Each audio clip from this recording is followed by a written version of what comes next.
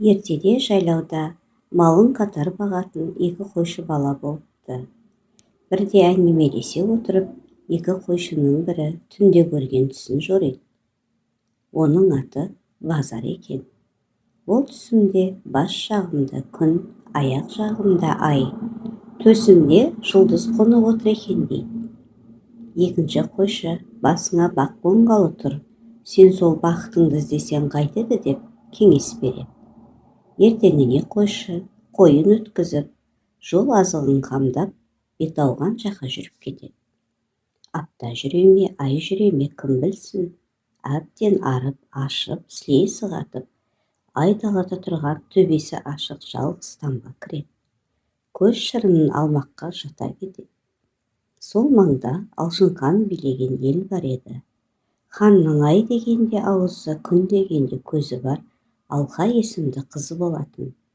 Хан қызын хан баласына ғана беретін заман ғой. Осы елде торқалы тойда, сайыс, күрес сияқты сайыстарда бай баласы көзге түсіп жүретін. Реңі де жұрт таң қалатындай сұлу, өткір жігіт болатын. Алқаның көңілі сол жігіттің аты. Дәстүр салтты аттап кетуге қамығатын күндердің күнінде әлгі жігіт екеуі сөз байласып қашпаққа бекінеді.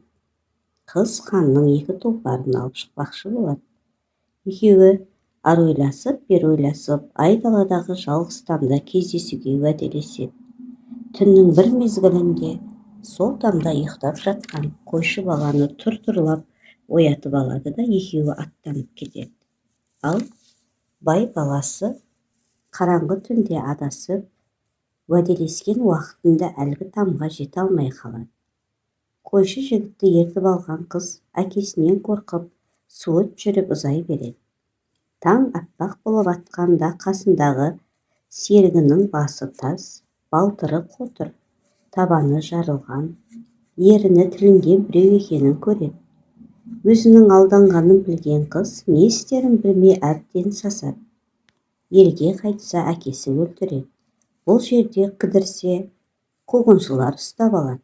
Ақыры ақылды Алқа әрі-бері ойланып, жақсы әйел жаман еркекті адам етеді деген ата-баба мәтінін еске алады. Алланың бұйрығы шығар, менің адамым осы бала болса керек деген шешімге келеді. Сөйтіп, жанына ерген серігінің немен айналысқан, қандай кәсіппен айналысқанын білгісі келеді. Шіркін-ай, мына сазға сиыр бағып, айранын ішер ме едің дейді. Жігіт оған жауап қатпады. Сәл жүрген соң, шіркін-ай, мына шалғынға бие байлап, қымызын ішер едің дейді. Жігіт оған да жауап қатпады. Шіркін-ай, мына суатқа қой жусатып, қатығын ішіп отырар ма едім дейді тағы бір қырға шыққанда. Сол уақытта жігіт ух деп күрсінеді. Қыз бұл байғұстың қой баққанын сонда түсінеді.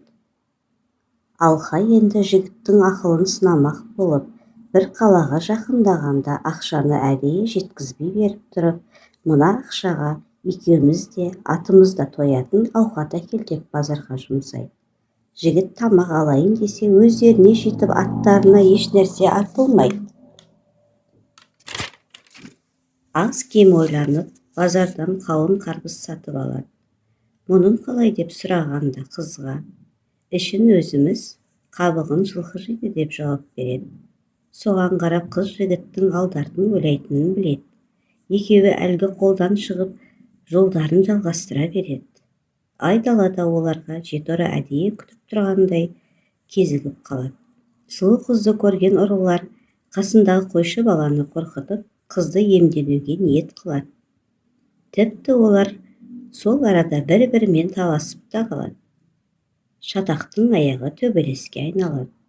Сонда қыз тұрып, сендер бұлай таласпаңдар, мен бәріңе емес біреуіңе ғана шығамын.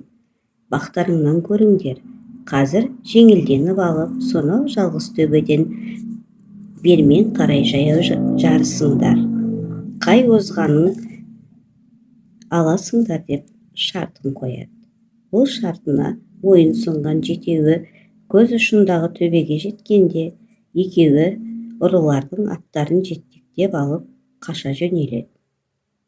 Сол жүргеннен мол жүріп, бір шаһарға келеді. Өздеріне үй сатып алады.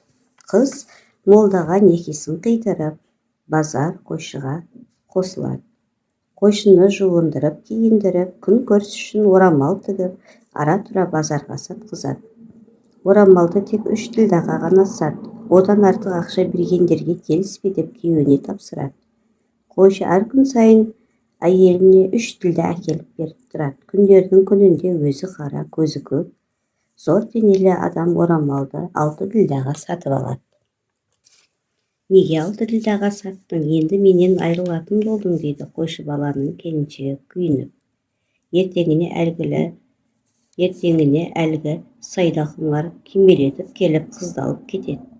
Сөйтіп күн ұзақ жүріп, ымырт түскенде бір бұлақтың жанына түнемек болып тоқтайды. Неге қидырмай тұрып, ерлі-зайыптылардың қосылуы Құдайдың алдында күнә, соларды күнә емес пе? Әлгі дәу бірінші кезекте мешітке үйіп төгіп алтын берсем де рәсімін жасатармын деген үмітпен ұйқыға кетеді. Және ол бір ұйықтаса 3 күн 3 түн ұйықтайды.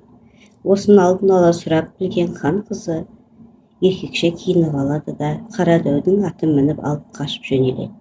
Таң ата бере тағы 3 у-шу қалаға келіп, ат шалдырып алмақ болады.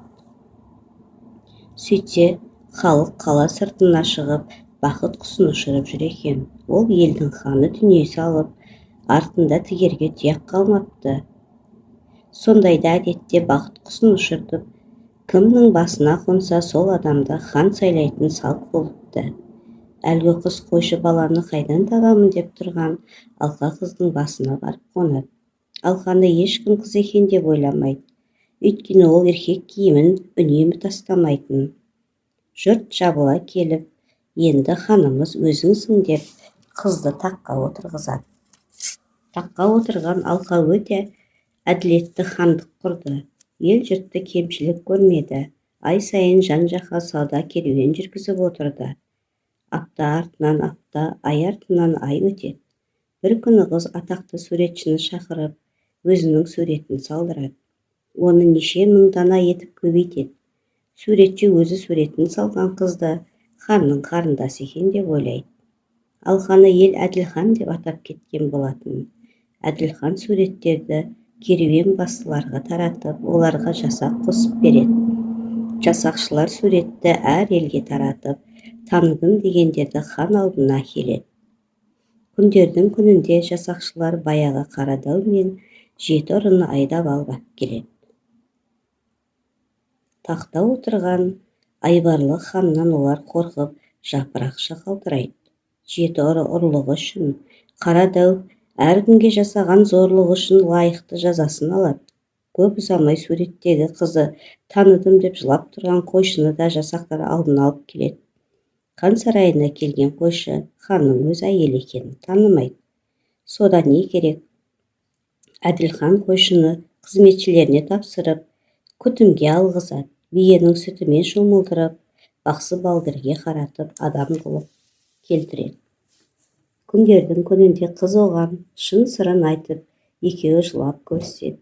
Ақылды қыз қойшы баланы хан етіп таққа отырғызады.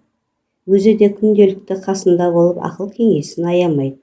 Ұзамай балпанақтай бір ұл тауып береді.